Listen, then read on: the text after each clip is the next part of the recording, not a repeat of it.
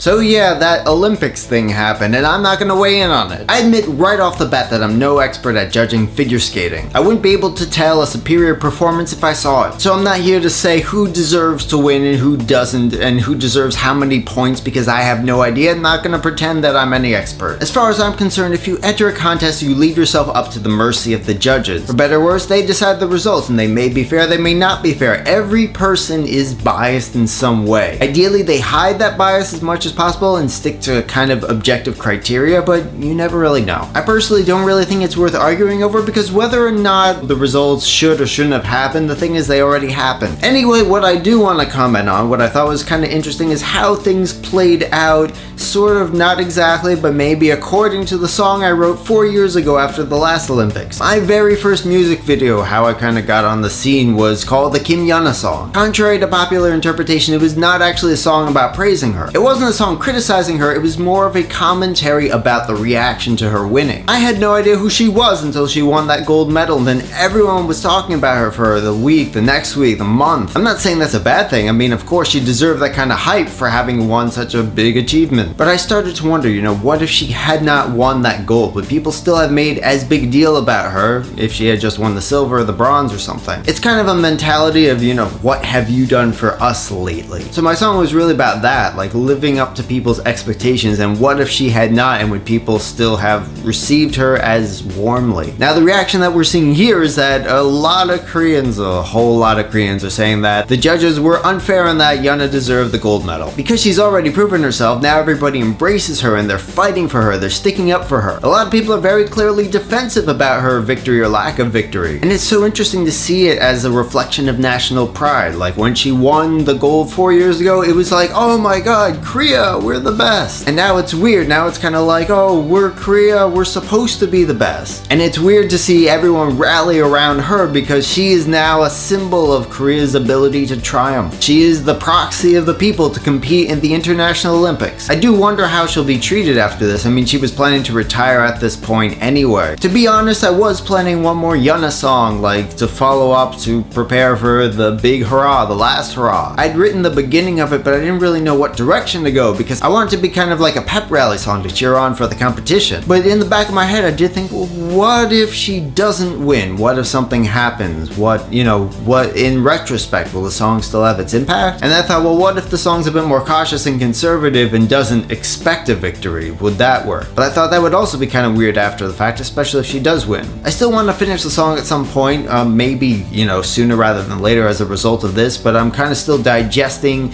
what the media is saying, people's reactions, how like the nation as a whole is coping with the results. I'm just not sure exactly what to say. Please leave a comment, suggestions, give me ideas for what kind of song, you know, should be written at this point. As of the time that I'm making this video, things haven't died down yet, but what, you know, what message do you kind of take away from all this experience?